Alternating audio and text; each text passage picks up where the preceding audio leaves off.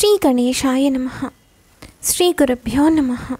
శ్రీ సరస్వత్యై నమః. రాష్ట్రీయ స్వయం సేవక్ సంఘ నిర్మాత పరమ పూజనీయ డాక్టర్ కేశవ్ బలీరామ్ హెడ్గేవార్ జీవనగాథ పెనుతుపాన్లో దీపస్తంభం 16వ భాగమునకు సర్వులకు సాదర స్వాగతం. గత కొద్ది రోజులుగా డాక్టర్జీ ఒక విషయం గురించి ఆలోచిస్తున్నారు. బాబూజీ మరణం వల్ల కలిగిన దుఃఖంలో కూడా డాక్టర్జీ మనసులో అదే విషయం తిరుగుతూ ఉండేది. బాబూజీతో ఈ విషయం మీద అనేకసార్లు చర్చించడమే దానికి కారణం. సంఘం విస్తరిస్తున్నంత వేగంగా ఈ విషయం కూడా రోజురోజుకు గంభీర రూపం దాల్చసాగింది. సంఘం తన గురుస్థానంలో ఎవరిని నిలపాలన్నదే ఆ విషయం. శ్రీ సమర్థ రామదాసు మహారాష్ట్రలో సుపరిచితులు. మహారాష్ట్ర రాజగురువు పీఠం మీద స్వయంగా శివాజీ మహారాజుని నిలబెట్టారు. కానీ ఇప్పుడు మహారాష్ట్ర రాజగురువు పీఠం మీద స్వయంగా శివాజీ మహారాజుని నిలబెట్టారు. కానీ ఇప్పుడు మహారాష్ట్రకు దూరంగా విస్తరిల్లే సంఘ కార్యానికి వారికంటే బాగా తెలిసిన చిహ్నం అవసరం ఎంతైనా ఉంది. ఆ చిహ్నం అందరికీ సుపరిచితమై ఉండాలి. ఒకరోజు డాక్టర్జీ మనసులో ఒక పవిత్రమైన చిహ్నం గుర్తుకొచ్చింది. ఇన్ని రోజులు సంఘ శాఖ ప్రారంభించినప్పుడు ఆ చిహ్నాన్నే ఉపయోగిస్తుండేవారు. అదే పరమ పవిత్రమైన భగవద్ధ్వజం. యావత్ దేశంలో ఇది పవిత్ర స్థానంలో ఉంది. భగవాన్ శంకరాచార్యులు కూడా దేశం నలుమూలలా దీన్ని స్థాపించారు. ఇది రామకృష్ణ వివేకానందులకు కూడా పరమ పూజనీయమైంది. వేలాది సంవత్సరాలుగా భారతదేశంలోని సహస్రాధికమైన దేవాలయ శిఖరాల మీద గుర్తు ఉంది. అనేక పవిత్ర స్థలాలలో దాని దర్శనమవుతుంది. ఇది విజయనగర రాజధానిలో ప్రతిష్టతో ఎగురుతుండేది. రాణా ప్రతాప్ దీని ముందర తన శిరస్సును వంచారు. శకకర్త శివాజీ ఈ పతాకాన్ని తన చేతిలో ధరించి స్వరాజ్య స్థాపన చేశారు. ఇలా అందరి చేత మన్ననలు పొందిన ఈ భగవద్ధ్వజాన్ని మన గురువుగా ఎందుకు స్వీకరించకూడదు? అరుణే కేతుభిః సహ అనేది వేదవాక్యం. అరుణధ్వజాన్ని తీసుకొని ముందుకు నడు. వ్యక్తులు వస్తుంటారు, పోతుంటారు, కానీ భగవద్ధ్వజం అజరామరమైనది అని వ్యాస పౌర్ణమి రోజున అందరూ దీన్ని గురువుగా భావించి వందనం చేయాలి. మరొక ప్రశ్న, సంఘం పని ఎలాగైతే పెరుగుతున్నదో అలాగే ధనం యొక్క ఆవశ్యకత కూడా పెరుగుతున్నది. దీనికి కూడా డాక్టర్జీ ఒక సమాధానం కనుగొన్నారు. ప్రతి గురు పౌర్ణిమ నాడు ప్రతి స్వయం సేవకుడు తన గురువు ముందు గురుదక్షిణ సమర్పించాలి. ప్రతిజ్ఞలో కూడా మన ధన యొక్క ప్రస్తావన ఉంది. అందువల్ల ఎవరెవరికి ఎంత ఎక్కువ సమర్పించడానికి అవకాశం ఉందో అంత ధ్వజం దగ్గరకు వెళ్ళి సమర్పించాలి. అది కూడా యథాశక్తిగా కాదు, ఎంత ఎక్కువ ఇవ్వగలిగితే అంత. ఇలా భగవద్ధ్వజానికి ప్రణమిల్లి సమాజ నిధిని సమర్పించే సత్సాంప్రదాయానికి శ్రీకారం చుట్టబడింది. భారతదేశంలో గోవు వ్యవసాయానికి ఆధారమైనది. అందువల్ల అనేక విధాలుగా ఉపయోగపడే ఈ ప్రాణి విషయంలో డాక్టర్జీ మనసులో అనేక ఆలోచనలు వస్తుండేవి. గోరక్షణ వారి హృదయానికి సంబంధించిన విషయం. దంతోలీలో శ్రీ గోపాలరావు భిడే గోరక్షణ సంస్థను స్థాపించినప్పటి నుండి డాక్టర్జీకి ఆ పని మీద ధ్యాస ఉండేది. అవసరమైనప్పుడల్లా ఆ సంస్థకు సహాయం చేయడానికి ముందుకు వచ్చేవారు. ఒకసారి ఆ సంస్థ జరిపే ఉత్సవానికి గోజీవన్ చౌండే మహారాజు వచ్చారు. ఆ సందర్భంగా గోవుల ఊరేగింపు చేయాలని కార్యకర్తలు ఆలోచించారు. ఇది ప్రశాంతంగా జరుగుతుందా, లేక ఇతర మూర్ఖులు ఎవరైనా ఈ కార్యక్రమానికి ఏవైనా ఆటంకాలు కలిగిస్తారా అనే సందేహం కలిగింది. ఆ విషయాన్ని తీసుకొని అందరూ డాక్టర్జీ దగ్గరకు వెళ్ళారు. డాక్టర్జీ అన్నారు, ఏమండి, ఇది హిందుస్థాన్. గోవుల ఊరేగింపులు ఎట్లాంటి ఆటంకాలు లేకుండా జరగాల్సిందే. కానీ కొందరు అంటున్నారు, వాళ్ళు ఏమంటున్నారో అననివ్వండి, అందరినోళ్ళను మనం మోయలేం కదా. ఊరేగింపు ఎలాంటి ఆటంకాలు లేకుండా జరిగేలా నేను చూస్తాను. మీరు స్వయంగా, అవును నేను స్వయంగా ఊరేగింపు ముందర నడుస్తాను. దారిలో దండలు ధరించిన స్వయం సేవకులు అక్కడక్కడ ఉంటారు. మీరు నిశ్చింతగా ఊరేగింపుకి ఘనంగా యోజన చేయండి అన్నారు డాక్టర్జీ. ఊరేగింపు బయలుదేరింది. దాన్ని ఆపడానికి కొందరు అక్కడక్కడ సందుల్లో నిలబడి ఉన్నారు. ఎప్పుడైతే స్వయంగా డాక్టర్ హెడ్గేవార్ ఊరేగింపు ముందర నడుస్తున్నారో వాళ్ళ ఆలోచనలు మనస్సుల్లోనే ఉండిపోయాయి. ఊరేగింపు తర్వాత చౌండే మహారాజు డాక్టర్జీతో, డాక్టర్జీ మీరు అక్కడ ఉన్నారు, అందువల్ల ఊరేగింపు నిర్విఘ్నంగా నడిచింది అన్నారు. ఇలా చెప్పే అవసరం ఏముంది? ఇది మనందరి హిందువుల కర్తవ్యం. నాగ్పూర్లో గోవుల ఊరేగింపుకు ఆటంకం కలిగితే అప్పుడు దేశమంతా కూడా ఇబ్బంది ఉంటుంది అన్నారు. ప్రతిరోజు సంఘం పెరుగుతున్నది. దాని పద్ధతి నిర్ణయింపబడింది. 10-12 మంది స్వయం సేవకులు ఒక గట, దానికి ఒక ఘటనాయక్ ఆ గట్టలోని స్వయం సేవకులు రోజు శాఖకు వచ్చేలా చూడాలి. వారి గట్టలోని స్వయం సేవక్ ఎవరైనా అనారోగ్యంగా ఉంటే అతనికి సేవ చేసే బాధ్యత కూడా ఘటనాయక్తే. అలాంటి 8-10 గట్టల మీద ఒక ముఖ్య శిక్షక్, మొత్తం శాఖ ప్రముఖ కార్యవాహ. ఈ కార్యవాహ తన శాఖ పూర్తి బాధ్యతను తీసుకునేవాళ్ళు. ముఖ్య శిక్షక్ అందరితో ఆటలు, ఇతర కార్యక్రమాలు నిర్వర్తించాలి. రోజు ధ్వజాన్ని తీసుకువచ్చి దాన్ని ధ్వజస్తంభం మీద ప్రతిష్ఠించడం, దాన్ని కాపాడడం కూడా అతని బాధ్యతే.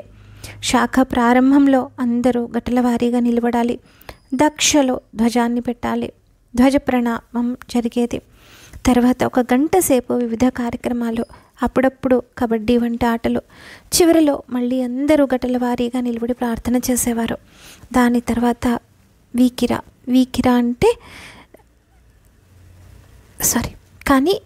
అయిన తర్వాత స్వయం సేవకులు వెంటనే తమ ఇళ్లకు వెళ్ళకూడదు.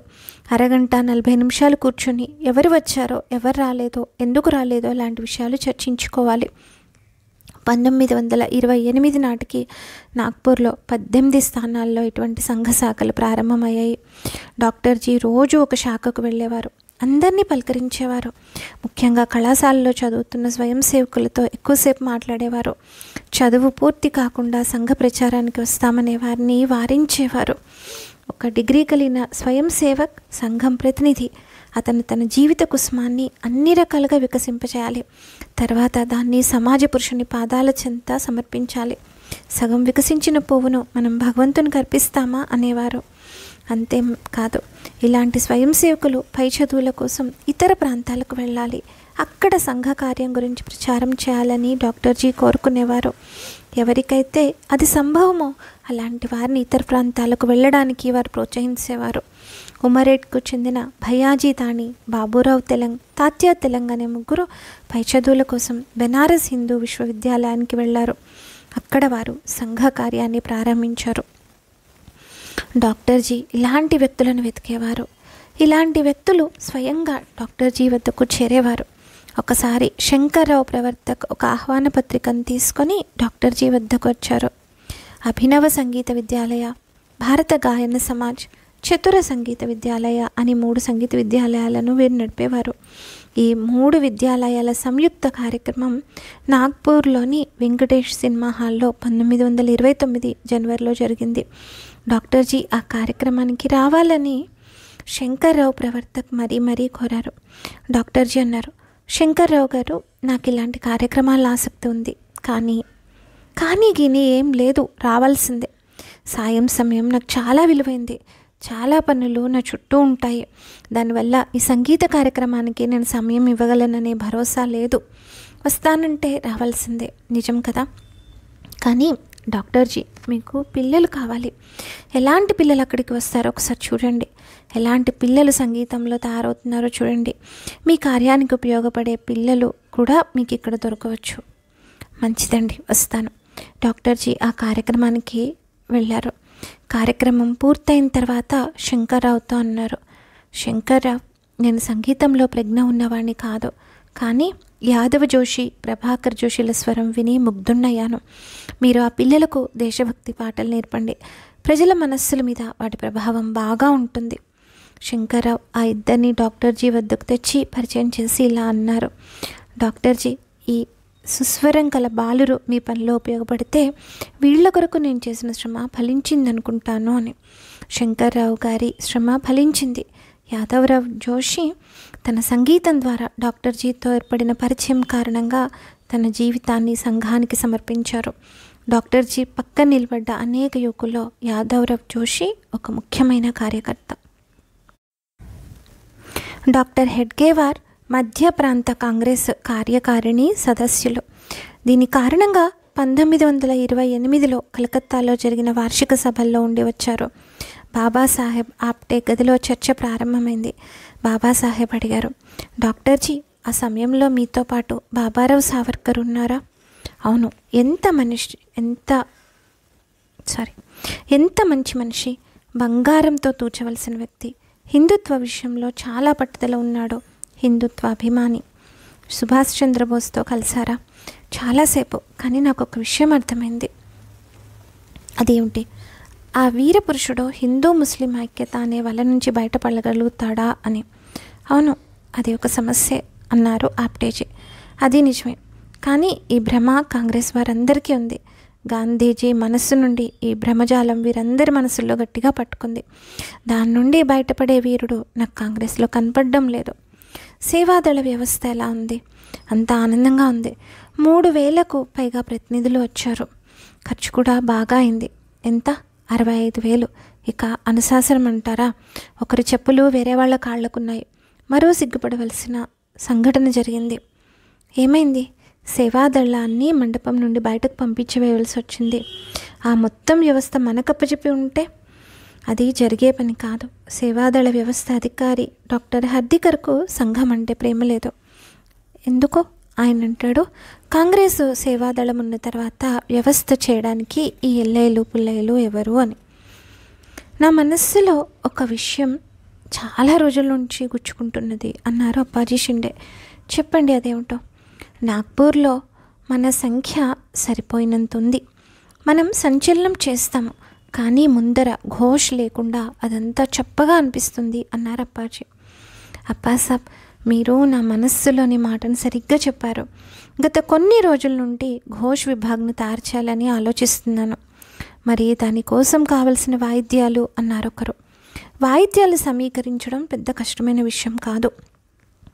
డాక్టర్ గోవిందరావ్ దేశ్ముఖ్తో బాలాజీ సాలోట్కర్ మాట్లాడారు. వారితో పరిచయం ఉన్న ఘోష్లో నిష్ణాతులైన ఒక క్రిస్టియన్ ఉన్నారు. క్రిస్టియన్ అంటే అతని పూర్వజులు హిందువులే, తర్వాత మతం మారారు. ఆ సమయం నుండి ఇతడు క్రిస్టియన్ అని అనబడుతున్నాడు. ఇతనికి ఘోష్ విభాగం గురించి అన్ని విషయాలు తెలుసు. అతను మనకు సహాయం చేస్తాడు అంటూ డాక్టర్జీ లేచారు. అరే మీరు లేచారేం అన్నారు. మీరు సంస్కృతం వారు, మీకు మేమేం చెప్పాలి? కానీ శుభస్య శీఘ్రం అశుభస్య కాలహరణం. మంచి పని వెంటనే చేయాలి, చెడు పని వాయిదా వేయాలి అని సంస్కృతంలో సామెత ఉంది కదా అంటూ అంతా డాక్టర్ దేశ్ముఖ్ దగ్గరకు బయలుదేరారు. డాక్టర్జీ, బాలాజీ సాలోట్కర్, అప్పాజీ షిండే, ఆప్టేలను డాక్టర్ గోవిందరావ్ దేశ్ముఖ్ సంతోషంగా ఆహ్వానించి మొదట టీ, ఆ తర్వాత మీ పని ఏమిటో చెప్పండి అన్నారు. ఎందుకని? ఈ టీ పొడిని నీలగిరి నుండి తెప్పించాను. ఒక్కసారి మీరు త్రాగారంటే చాలా సంతోషిస్తాను. ఎందుకని? ప్రతిరోజు మిమ్మల్ని త్రాగమని అడగను. ఈరోజునే నా అల్లుడు తెచ్చాడు, తాజాగా కూడా ఉంది, అందుకే అడుగుతున్నాను. ఏమండి, మీ అల్లుడు ఎప్పుడు వచ్చారు? ఈరోజు ఉదయమే వచ్చారు. మిలిటరీలో ఉంటాడు కదా, కెప్టెన్ కదా? అవును, ఆర్టిల్లరీ విభాగంలో పనిచేస్తాడు. అయినా మన స్వయం సేవకులకు వాద్య సంగీతంలో కొన్ని రచనలు నేర్పడానికి ఉపయోగపడతాడా? కానీ 4 రోజులు ఎలా నేర్పుతాడు? సెలవు తీసుకొని వచ్చారు. సరే, ముందు టీ. అవును, దాని రుచి ఎలా ఉందో ముందర చూడండి. కొద్దిగా తాగి చాలా రుచిగా ఉంది అన్నారు డాక్టర్జీ. ఇప్పుడు చెప్పండి, మీరు ఏం పని మీద వచ్చారు అన్నారు దేశ్ముఖ్. ఒకరోజు మీతో మాట్లాడాను కదా, సంఘానికి ఒక బ్యాండ్ ఉండాలని అన్నారు సాలోట్కర్. అరే, అక్కడ ఎవరున్నారు? పరేరాని పిలుచుకొనిరా అన్నారు దేశ్ముఖ్. ఎంత సమయం పడుతుంది? ఒక అర్ధగంట. కాకపోతే మీకు బాతాకానీ కొట్టడానికి సమయం ఎక్కడిది? ఒక అరగంటలో నడి వయసులో ఉన్న పరేరా వాళ్ళ ముందు ప్రత్యక్షమైనాడు. ఈ మధ్యనే మిలిటరీ నుండి అతనికి పెన్షన్ దొరికింది. పరేరా డాక్టర్ దేశ్ముఖ్ గారి పేషెంట్. కూర్చోండి పరేరా. మీరు బ్యాండ్ యూనిట్ ప్రముఖగా ఎన్ని సంవత్సరాలు పనిచేశారు చెప్పండి? సాహెబ్, 12 సంవత్సరాలు. మనం మాట్లాడుకున్నాం కదా, వీరు డాక్టర్ హెడ్గేవార్, వీరు బాబాసాహెబ్ సాలోట్కర్, వీరు అప్పాజీ షిండే. వీరి పిల్లలకు వాయిద్యాలు నేర్పాలి. అలాగే, తప్పకుండా నేర్పుతానండి అన్నారు పరేరా. చూడండి డాక్టర్, ఈ పరేరా గోవా క్రిస్టియన్. 5 తరాల పూర్వం మతం మారారు. కానీ ఇంట్లో ఇప్పటికీ హిందూ పండుగల్ని, హిందూ ఆచారాలను పాటిస్తూ ఉంటారు. అట్లానా, మిమ్మల్ని కలిసినందుకు చాలా ఆనందం కలిగింది. మాది హిందువుల సంఘటన, దానిలో ఒక బ్యాండ్ దళాన్ని తయారు చేయాలి అన్నారు బాబాజీ సాలోట్కర్. తప్పకుండా చేద్దాం, దీనివల్ల నా హిందూ పూర్వజుల రుణం తీర్చుకోగలుగుతాను అన్నారు. సన్యాసి పెళ్ళి పిలకతో ప్రారంభం చేయాల్సి ఉంటుంది. మా దగ్గర కేవలం 3-4 బిగుల్స్ ఉన్నాయి, మిగిలినవన్నీ కొనుక్కోవాల్సి ఉంటుంది. మీరు మాతో పాటు రావాలి. ఎప్పుడు వెళ్దాం? ఈరోజే, ఇప్పుడే. వెంటనే డాక్టర్ హెడ్గేవార్, బాబూజీ సాలోట్కర్, అప్పాజీ షిండే, పరేరాతో పాటు వాయిద్యాల కొనుగోలుకి బయలుదేరారు. బిగుల్స్, శంఖ, ట్రంపెట్స్, ఆనక్, ఢోల్, పడవ, బాసిరియా, వంశీ, ఝాంఝా, ఝల్లరి, వీటి స్వరాల వల్ల మోహితేవాడ మారుమ్రోగనున్నది. డాక్టర్జీ ఆ దృశ్యాన్ని ఊహించుకుంటూ పరవశిస్తున్నారు. పరేరా ఆ అన్ని వాద్యాలలో నిష్ణాతుడు. బిగుల్స్ నేర్చుకోవడానికి మంచి ఛాతీ కలవారిని ఎన్నుకున్నారు. ఎందుకంటే బిగుల్ వాయించడం సామాన్యుల వల్ల కాదు, దానికి ఛాతీలో బలం అవసరం.